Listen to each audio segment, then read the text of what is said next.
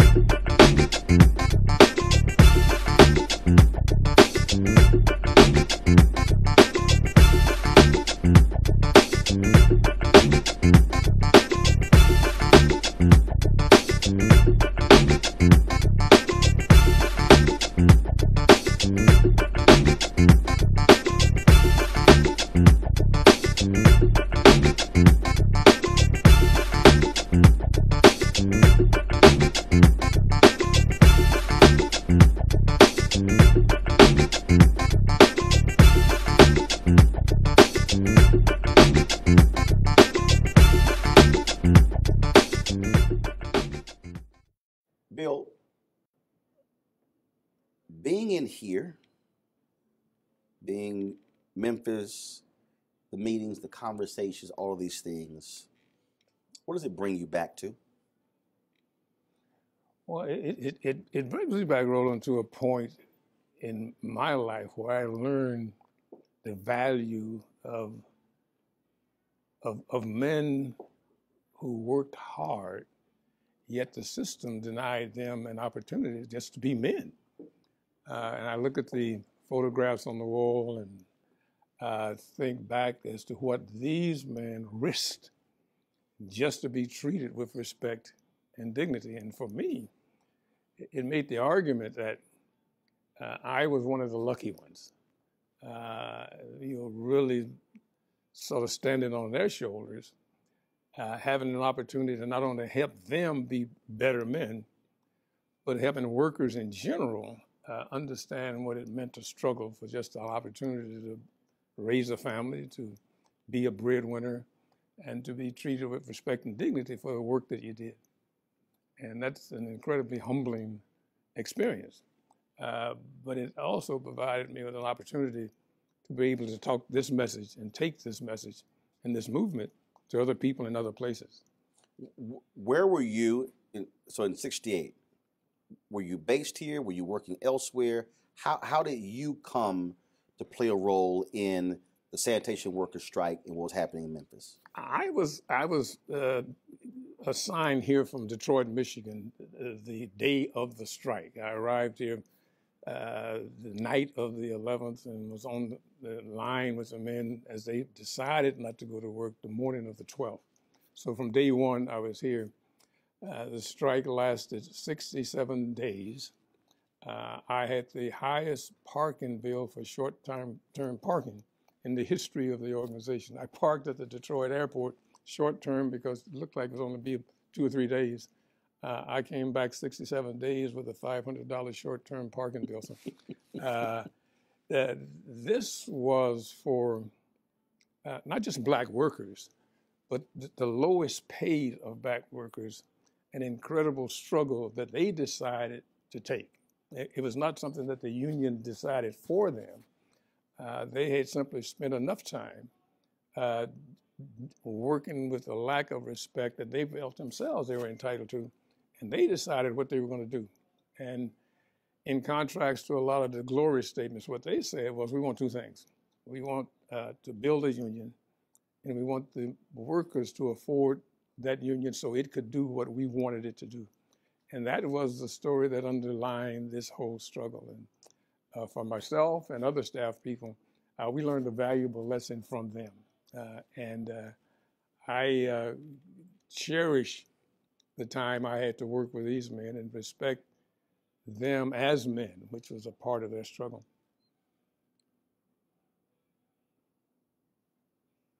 What was it about them that was different than other folks you work with who were trying to fight for their labor rights? Was it something different about them? There was something fundamentally different about them. There's that piece in the Bible that talks about the poor being with you always. But nobody ever said they're going to be the same group. These were men who recognized that they had a job to do. They was proud to do it. They had families to raise. They were committed to raising their families with all of the difficulties that they experienced. They simply wanted to be treated as men and respected for what they did. There's an incredible religious community. Men committed to showing up every morning, working very hard, irritated by the fact that they couldn't get a simple problem solved. We weren't talking about 50 cents more an hour or $5 more. We were just simply talking about the issues that generated disrespect in them as they worked. And they felt that the organization they were trying to form would really give them help in addressing some of these issues. I mean, they didn't think it guaranteed victory, but they thought that it gave them a voice in those decisions that affected their work life. And ultimately, I guess, their social life also. Where did the I Am a Man come from? Well, we were about 3 to 4 weeks into the strike. This was not an economic strike. This was a a strike about respect and about being treated with dignity. And it Because was, when I talked to someone, they said they couldn't take bathroom breaks. They couldn't take. It was several things they talked about. They had nothing. That wasn't about money. They couldn't wash up. At the end of the day, they had to go home just like they had worked all day. There was no such thing as lunch breaks. I mean, you had to. It was just a bad situation. We reflected, and not only poor management, but poor acceptance of the responsibility of management. And these men were paying the price for those who supervised them lacking either in commitment or sensitivity. And we tried to think through what is it that would reflect not only their commitment to this, but what is it that motivated them. There was a white pastor of the church, Cleveland Temple, a young fellow by the name of Malcolm Blackburn. After one of the real difficult days, he and I were tasked with trying to come up with some slogan that would symbolize this. So many of the pastors, so many of the community leaders had talked about the difficulties that these men work with once they themselves learn. And so we took some of their speeches, some of their slogans, some of their comments, and we just put a whole lot of words on the table to try and see what we could come up with that would be simple and short. So after maybe 2 hours worth of working with it, we came up with the slogan, "I am a man." And it sort of reflected what we thought their commitment to this struggle was. They simply wanted to be treated as men. And, you know, across the South, you could go from boy to uncle to grandpa without ever landing on the position of man. And so when we put that on a sign, we had a march scheduled for the next day. We came up with that sign the night. The sign was printed in the print shop of the AME church. So when men saw them the next morning, folks were running, "I want a sign like that. I want that kind of sign to put around my neck when we march." So why the underline of "am"? Well, speaking personally, I am. And if you think for a moment, these are the lowest of the low paid. These are garbage men. I made friends with a fellow by the name of Ed Gillis. He had worked for the city for 20 years. He earned $7.80 a day. He wasn't complaining about it. I mean, he was much more committed to getting a resolution to a today problem. He'd worry about the rest of it later on. But it gave him a sense of pride. And for the work that they did, they simply want to be respected for it. And I had an interview with a reporter, and I said, when's the last time you told your garbage man thank you? You know, when's the last time you told him you appreciate what he does? And folks said, well, I never thought about it. And that was almost symptomatic of the conditions that these men had. And that was across the city. It wasn't uniquely to the white community or the black community. They didn't get respect from anybody because nobody understood what they did. Most of us, we put the garbage out back and we figure it just disappears. And the fact that they wanted to be respected for what they did and to be treated as a man. And that became a piece of glue that you couldn't change to this day. You said that these men, if y'all asked them to run through a wall, they would say, "Okay, let's go."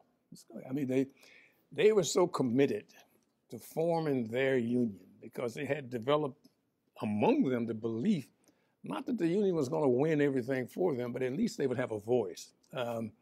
They didn't have Yale degrees or Harvard stuff. They were just plain workers. Most of them out of the South, most of them old before their time. I mean, this kind of work makes you old before your time. And they didn't have any misunderstanding about what was possible. They simply wanted an opportunity to be treated with decency and dignity. And when we developed the slogan, I hate to say it, we probably could have ended the strike the next day because they felt just that proud of their commitment to this. We had to have a conversation with them because they had grown attached to this sign. We said, look, if we're going to proceed on this, what we want you to do is go home and talk to your wife. tell her what you're doing, and then tell her what you think you're doing. And if she agrees with you, we'll see you tomorrow. Because this is not going to end like that. And so everybody who came back said they had had that discussion. Now, I'm not convinced that everyone did, but at least they felt comfortable that they had their support mechanism at home in order. They were prepared to go the long term on this. And for us, what we brought to this was just a semblance of support to help them not only think through the issues, how to plan for what we thought was going to be some pretty tough days. And everywhere we see the signs, I am a man, for the two of us, it's certainly for me, it's almost humbling that men who were so desirous of believing in themselves was prepared to take those kinds of risks. Does it bother you that every year when we approach April 4th, we forget what brought Dr. King to Memphis, and there's so much focus on him, rightfully so, but why he was here, and those individuals and their story and what they went through and what they experienced? Well, it doesn't bother me. It makes me, I think, try to understand a bit more. Dr. King may have been a great civil rights fighter and certainly a great preacher, but he was also a very strong trade unionist. He believed in the ability of folks to sit down across the table from whoever made decisions on their work life and be a participant in that discussion. And if you recall, Dr. King was really trying to put a face on poverty. And here you had the perfect example of the working poor, people who worked every day, yet had no way of raising themselves beyond their situation or beyond their circumstance. And it was a movement that he had long said was necessary, that labor and religion and the civil rights movement was two of the three of the most dynamic forces in our society. And here you had men who as I said, they didn't graduate from Harvard, they graduated from the streets of hard times, but they recognized that their life could be improved if they had an opportunity to have an instrument to work for them and to speak for them. The mayor here says, well, when the strike got underway, I believe in the men. They can come and see me anytime. Well, you visualize a sanitation worker walking into the mayor's office to have a conversation about him, about his conditions of employment. It's silly. So they knew that unless they organized something that had the financial underpinning to speak for them, they were destined for a hard time. But they said, this is the time that we're going to do it. And I never regretted it. I can't help but wonder sometimes whether at least decisions that I helped them make or recommendations that I made to them could have been different. But Dr. King was committed to this work long before he came to Memphis. And the irony being that Memphis and the strike was in progress when Dr. King discovered what was taking place here. He was in Marks, Mississippi, I think, doing a rally on behalf of working poor there, and discovered Memphis. And his identification with it was important to the rest of the movement. But the two forces that he knew were strong came together in Memphis. I'm going to come back to him coming here, your conversations, your experiences, and certainly his assassination. But what was it? Why have you committed your life to the unions and to trade unionists and to the working man and woman? Well, in simple terms, Roland, I come to the conclusion there are two kinds of folks in our society. There's the powerful and there's the powerless. And you can generally tell which group you're in. When you analyze it, powerful people have things done for them. Powerless people have things done to them. And what's the difference? The difference is they're not the institutions, the mechanisms, the leverage in our community and among our workers to signal to the power brokers that these are people who need respect and looking out for. Across the South, the burden of the power structure keeping these institutions out of the hands of people who need them. And you can see it wherever you go. I mean, you can spot a low-wage neighborhood when you drive through it. Mm-hmm. And the reason it's low wage is because they have no way of gaining better wages, better benefits, social power, political power. And those are the things I think a trade union brings to workers in any setting that they work in. If you look at our nation as a whole, or the world as a whole, those people who have access to political power, to social leverage, to better conditions, have trade unions. Roosevelt in 33, 34, whenever, he recognized the imbalance of power also and created the National Labor Relations Act, and people got the right to organize. But even in his wisdom, he left a lot of people out. And the fact that he left a lot of people out, we're paying for some of that today. Workers who have high skills, who have access to training and preparation, life may be difficult for them, but it's not impossible. For workers like sanitation workers who have no opportunity to organize, no opportunity to be represented, no opportunities or the skills to appear before a commission or a board and tell their story, they have nothing. And my commitment to trade unionism is because it doesn't do things for them, but it creates space where they can help themselves do things. And I think, for me, the satisfaction comes from helping workers like this use their latent power to change their conditions, or to help workers across South Africa recognize that you can alter history by coming together and applying the basic principles that even powerful people use. That is, you can use your strength to alter your conditions. Prior to him coming to Memphis, had you known Dr. King, talked to him, met with him? I had met with him once, had talked with him once, and we were discussing the same thing we're discussing now. How do we change the condition of the working poor?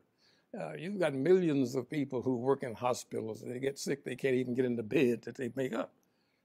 We had talked once about a program in Chicago where hundreds of thousands of hospital workers, primarily black and brown, worked in the hospitals, yet they had no way to alter their situation. And when I say alter their situation, if you're earning average $1.35 an hour, I mean, you're not going to have a great life. You may survive. So what our discussion was is how do you merge, the civil rights movement and the trade union movement, and interject the religious community and talk about their moral responsibility to help these people move towards a better life. And in Chicago, Dr. King ultimately created an organization called HELP, Hospital Employees Labor Project. And it helped them change their circumstance. And we weren't reinventing the wheel. We were doing what workers years and years ago did, whether it's mine workers or machinists or what have you did, to alter that situation. Now, we were also not misled that the trade union movement is no utopia. It has its shortcomings like everything else, but if it gave us an opportunity to get engaged, to get involved, to move up through the ranks of organized labor to the positions of power, that you could think through how to and where to bring organizational strength to organized workers. That was it, simple. And I became wedded to that idea. So I talked to Reverend Jim Lawson, and he said that the group decided we need to reach out to Dr. King and bring him in. He said he was tasked with making that call. Right. What was the reaction of these regular, ordinary men once y'all told them he's coming? You couldn't believe it. I mean, there was such a not only love for, respect for, but appreciation of the fact that Dr. King would identify with their struggle. And whether or not he talked about their specific situation, but just his moral authority and moral leadership would deliver a message to those who they believed held the power over their lives. And that went beyond just Memphis. Dr. King brought press no matter where he went, brought media, and the belief that if you can get the story of their strikers outside of Memphis, then perhaps other people would become sensitive to what they did. These were men who came up from the Delta, from West Memphis, or from Arkansas, who had worked a lifetime without any respect whatsoever. Like I said, this was not an economic strike. They simply wanted to find a way to resolve problems they had every day. They had a situation, Roland, where if the weather went bad, black workers in these areas were sent home. Everybody else stayed at work. If the sun came out and it stopped raining, they got paid. These guys lost a day's pay. You lose a day's pay and you make $7.80. That's a major setback. Mm-hmm. And so the question is fairness. The question of the city being sensitive to the work that they did. And it wasn't just for them as black workers, this was for all workers. And if Dr. King could help them get that message out, if he could talk to a broader audience, they saw that as a plus. What was it like?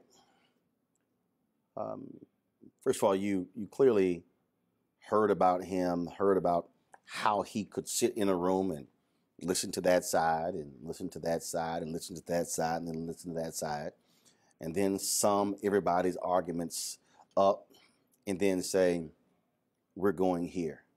What was it like to witness him in those meetings discussing tactics and what we should do next?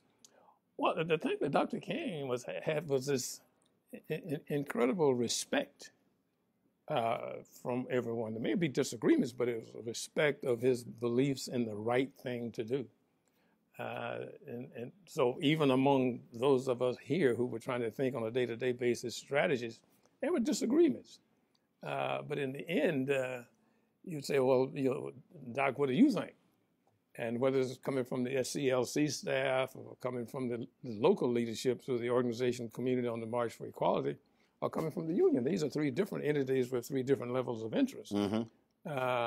But there was a respect for his views that guided everybody into a course of action. I mean, there was some of us there were some folks who didn't believe in the march, or marches, but they all acquiesced to Dr. King's view that we not only got to march, it's got to be nonviolent, but it's got to be focused on the power center and power structure that had the ability to change this.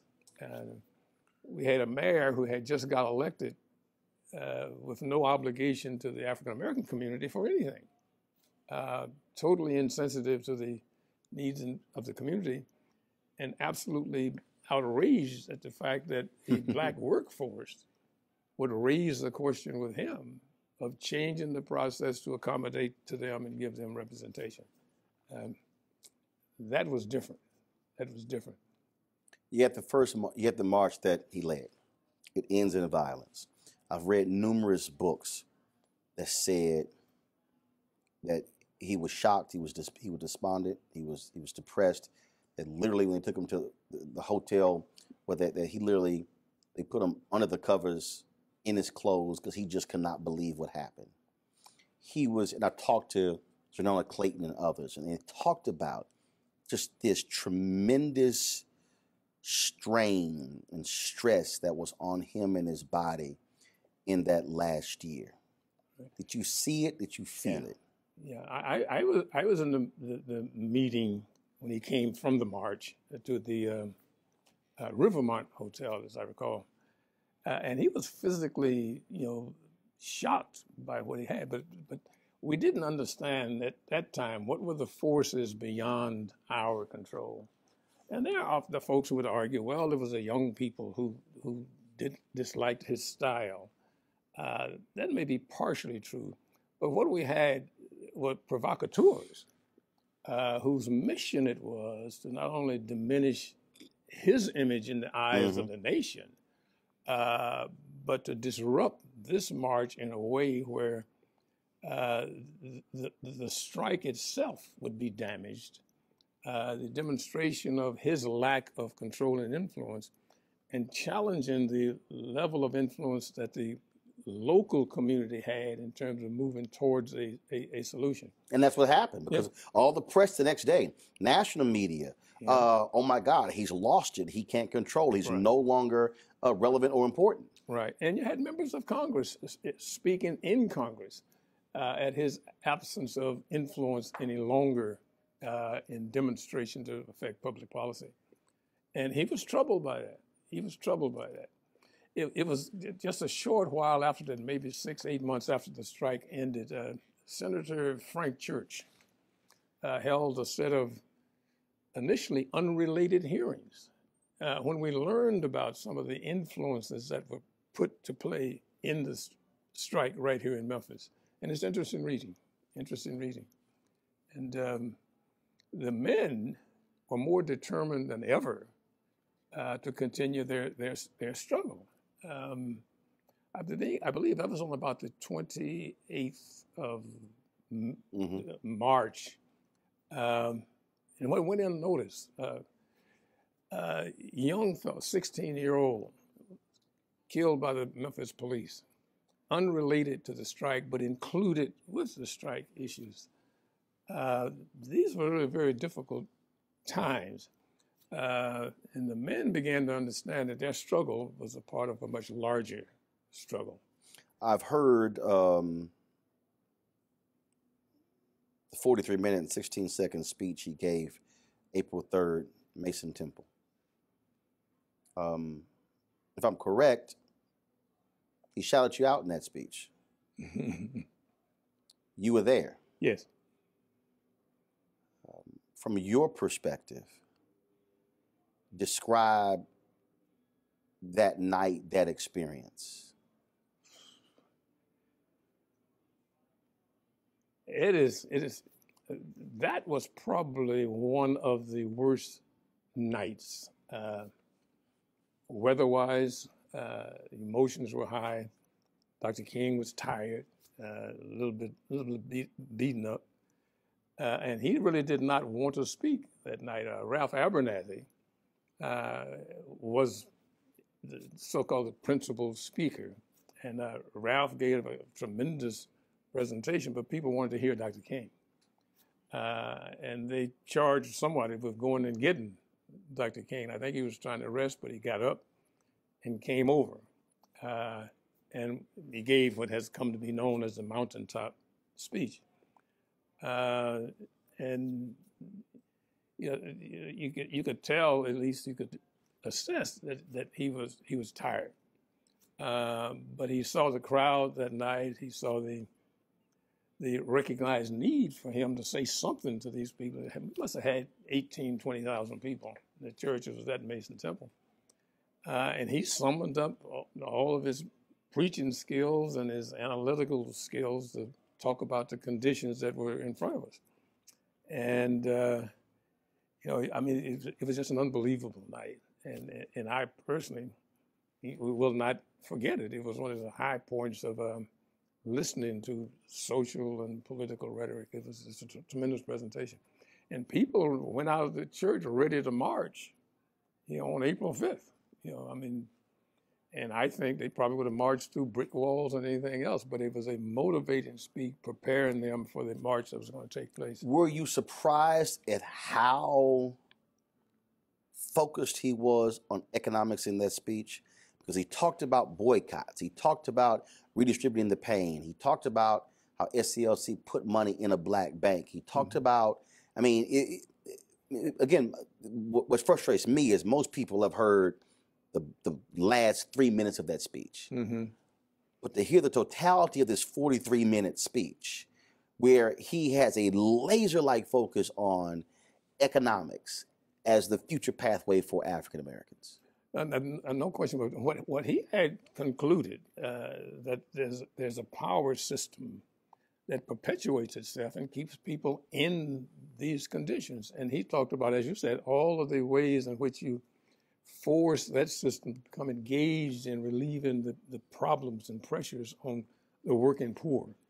And as you say, he's talked about the boycotts and the movement of money and the deposits of money and all of the ways in which you can put pressure on the system to force it to become engaged in relieving the problems. It was one of the, I think, more dramatic speeches I've ever heard. It also had a sense of, well, at least Dr. King gave the impression that he was weary. He talked about his almost, death in New York from this lady who stabbed him. He talked about a lot of those kinds of things. And then as he began to wrap the speech up, and I think he was talking to the people who had urged him to come over, and he was maybe reluctant at first when he talked about the man who was injured along Jericho Road, and the fact that other people stopped by and asked the question, should I stop? Should I keep going? And he said for him, the question was, what will happen to them if I do not stop? And it pulled all of these things together and reminded some of us of why this struggle was taking place. Because this was not a normal kind of strike that trade unions or community movements identified with. And we certainly thought clearly that we're here until the end. I mean, you cannot walk away from this. You can't sidestep it. And he made all of that clear in his speech. And I for one, think that Dr. King had finally I shouldn't say finally, but had identified some of the root problems and root causes of problems that perpetuated the poor, where you had a situation where incredible wealth and incredible poverty lived side by side, with no embarrassment from the rich. And he saw the working poor as the future work because it involved the economic struggle that he had begun to think seriously about. April 4th. What were you doing that day? What was the day like? Oh, yeah. Every day was a day of mobilization. We would meet with the men to see if there was any progress. We'd report on what that was. Or if there were any unusual things happening, fill them in on that. If there are any questions they had or decisions they need to make, to try and get that done. But everybody was mobilizing for the march. But you also had a court hearing that day, if I'm correct. Yeah, that was a series of injunctions. But SCLC took responsibility for dealing with the injunctions. Andrew Young and James Orange and some of the other fellows and their lawyers took responsibility for the court because the court had enjoined the march. It had not enjoined the mobilization and community action work that we were doing. So that day goes along. You go throughout the day, you get to the evening. Where are you? I'm at the headquarters building of what was called then the minimum salary building of the AME Church, which is a building next door to where our mobilizing headquarters were, which was Cleveland Temple. In the evening, I lose track of the time, but the word came over the radio that Dr. King had been shot on the balcony at the Lorraine Motel. And among all the unbelievable things that you just refuse to accept, this was one of them. So you hear this on the radio. So a co-staffer and myself, we were like 5 minutes from the Lorraine Motel. We jump in the car and we come around here. By the time we get here, police were already here, keeping people out. As opposed to keeping people in, and this whole evening was just one that we had difficulty believing. Dr. King, as prominent a leader as he was, to be shot on the balcony made no sense to us at all. It was not like he was a stranger in town. He should have and perhaps did have as much security as you could have. But the evening ended with not only with the shooting, but with him being taken to the hospital. Our responsibility then was to make sure that nobody else was injured.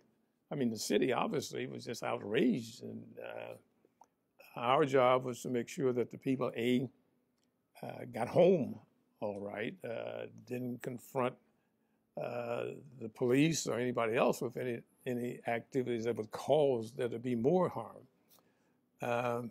And then to reconvene a meeting of all the partners in this thing to talk about where do we go from here. You get word that he's died. Where are you, and how do you react? Well, personally, it was an incredible level of sadness. It was not like you had a leader who preached violence. You had probably one of the most committed men to nonviolence, yet to be killed through a violent act. We were a little, we had to think through what this all meant. How and what do we do with the men the next day?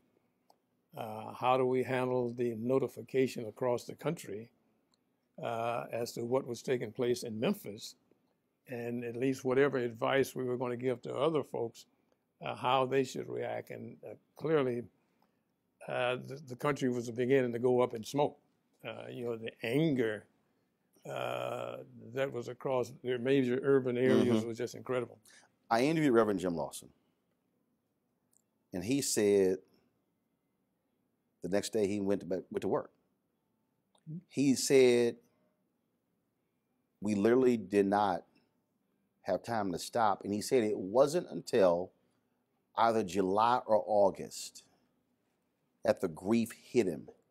He said, but literally, he was completely in work mode. Well, I think that's typical of everybody, and certainly Jim, who was such a major part of this. We had 1,300 men, 1,300 families. Who knows how many children that were a part of all this. We had a community by now that was totally mobilized in support of them.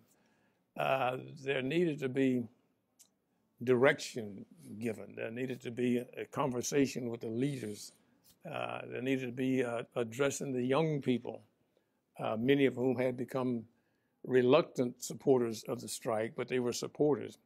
We had to at least make sure that no one gave reason for added violence against any community members.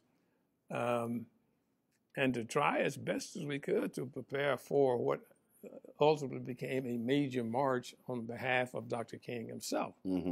And we were getting deluged with calls from all over the country of people who really want to know, is it real, is it true, is it, et cetera. I distinctly remember a call from Bayard Rustin, who was on a radio show in Westchester County someplace, where people were equally upset. And I think Bayard mentioned on the radio, if you want to do something to help people in Memphis, send $1.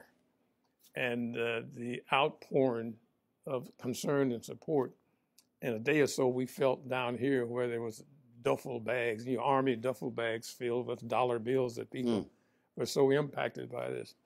But as Jim said, we didn't have time to stop. We almost went from his death mode to mobilizing for this major march that we got committed to. And I believe we had 40 or 45,000 people show up for that march. We had to deal with what was going to take place in Atlanta. And to their credit, the men, while they regretted and was suddenly upset by Dr. King's assassination, they remained committed to their goal.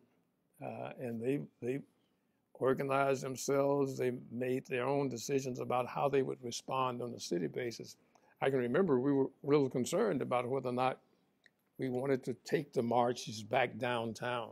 A minister here in town whose name may be lost in all the history, Reverend Henry Starks, who took just personal responsibility for organizing and mobilizing the march to dramatize to the business community and certainly to the city leadership that these men were committed to this.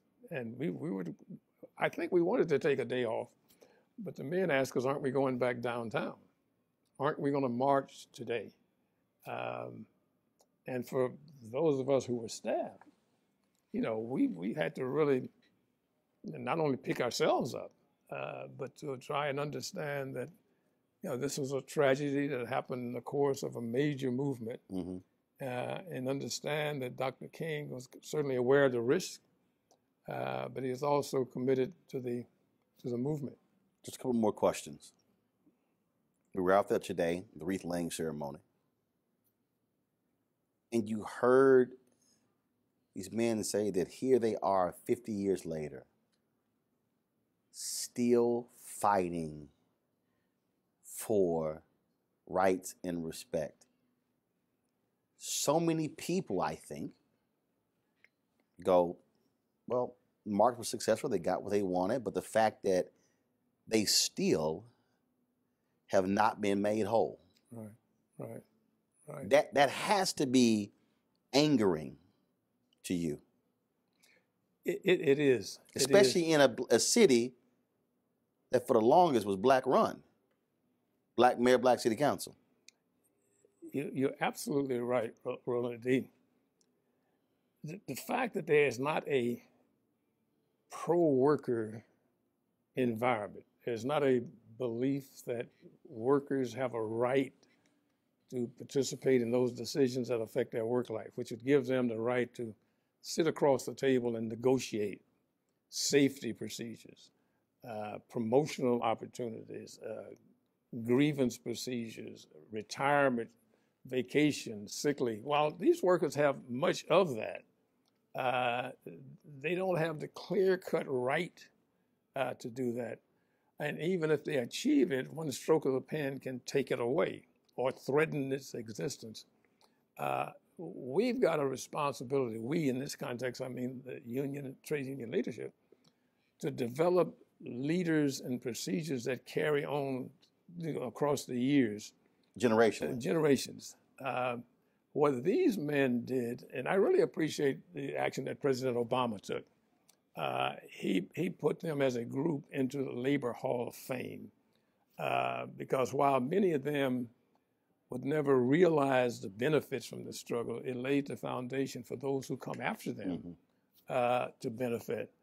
The proudest, well, I shouldn't assess for them, but I've been told by one of them the proudest moment they had was to have been told by President Obama that what they did was a part of the foundation for his being the President of the United States. And whether it's Memphis or Toledo or wherever, where men are denied the right to struggle for a better life, what you've got is a boiling pot ready to boil over. I mean, anyone should be entitled to the opportunity to speak for themselves or have someone speak for them.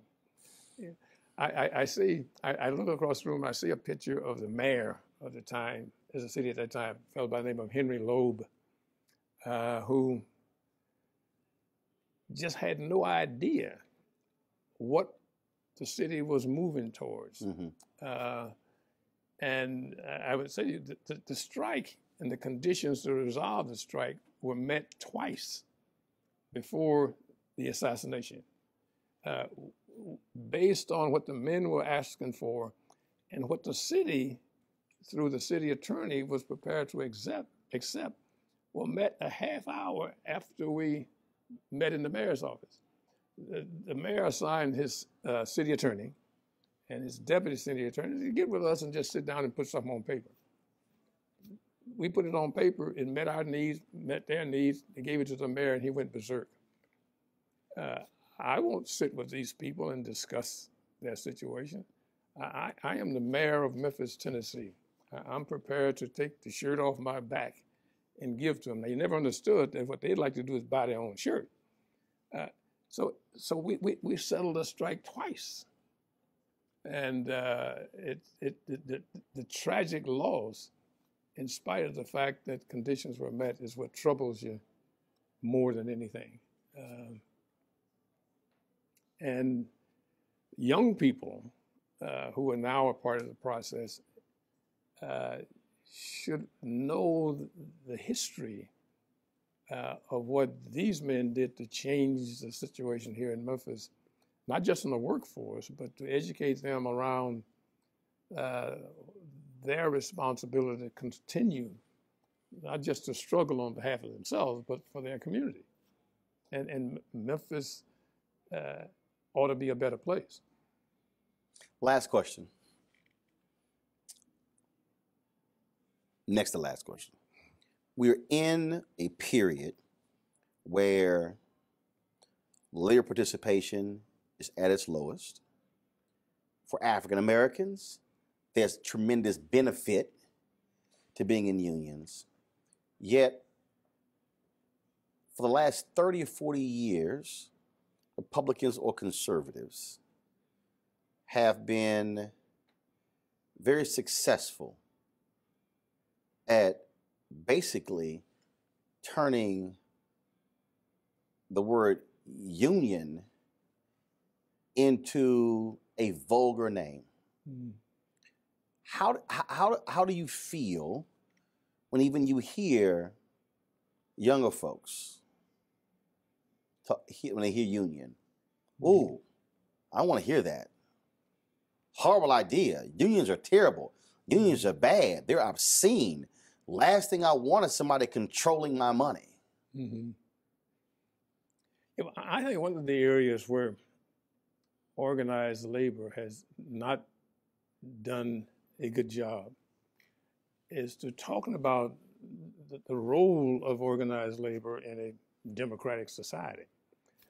Many workers come into the workplace and the conditions that exist right now, benefits and et cetera, folks assume the employer gave them that out of their kindness they decided that they needed 3 weeks vacation or what have you, without knowing how you got to that point. So we have an obligation to talk to people, not describing the employer on a constant basis as an adversary, but talking about them and our role in a contested environment where the union is fighting for the needs of not just those people who are members, but for society as a whole.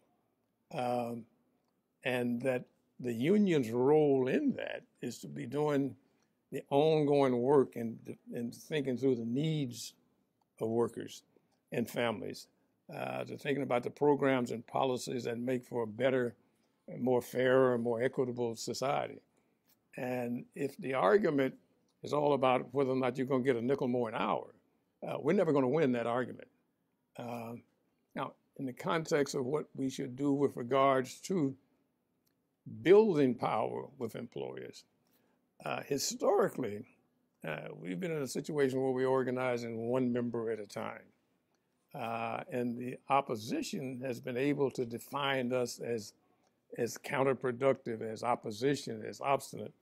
And we have not defined ourselves as well as we should. Mm-hmm. It was really not the employer who gave us retirement pay. It was not the employer who gave us sick leave. And we have to develop our own narrative for making people understand how this came about. I think in terms of organizing, we've got to approach organizational work differently, I think, than we have in the past. We have to organize to build power, not organize for one more member. We talked earlier about, Lech Walesa and the Polish workers. Mm-hmm. They were organizing around issues of political freedom and social justice. That's where I think our struggles are. I mean, the new workforce of the future are young people, they're immigrants, they're women, the African Americans. These are the people who want to be organized to share in the benefits. We're not interested in bankrupting the corporations or those who bring the jobs. We simply want a voice in how to make those jobs better. 30, 40, 50 years from now, a kid's going to walk through here. They're going to see these photos. They might be in Detroit or in D.C. They might be reading a book. They might be watching a documentary. And they're going to see the name or they're going to see the face, Bill Lucey. What do you want them to know about you? Well, I think if anything, the lucky break that a Bill Lucey got was to be able to develop some understanding, some skills, a little bit of commitment that was valuable in helping others sort of find a way to join a struggle for a better life.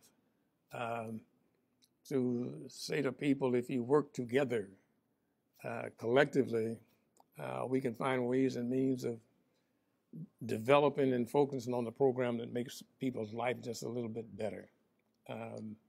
I think you're going to always have the inequities in wealth and income. The question is, can we bring enough folks together who have the kind of influence socially and politically to develop the programs that just make life a little bit better? There's an old saying by an old trade union is, what is it that labor wants? You know, a little bit of leisure, a little bit of recreation, some health care, a little bit of education, something to make us better people in the society we got to live in. And if they come to that conclusion, I'll consider my contribution to have been meaningful. You want to check out Roland Martin Unfiltered? YouTube.com/Roland S. Martin. And subscribe to our YouTube channel. There's only one daily digital show out here that keeps it black and keep it real. It's Roland Martin Unfiltered. See that name right there? Roland Martin Unfiltered. Like, share, and subscribe to our YouTube channel. That's YouTube.com/Roland S. Martin. And don't forget to turn on your notifications so when we go live, you'll know it.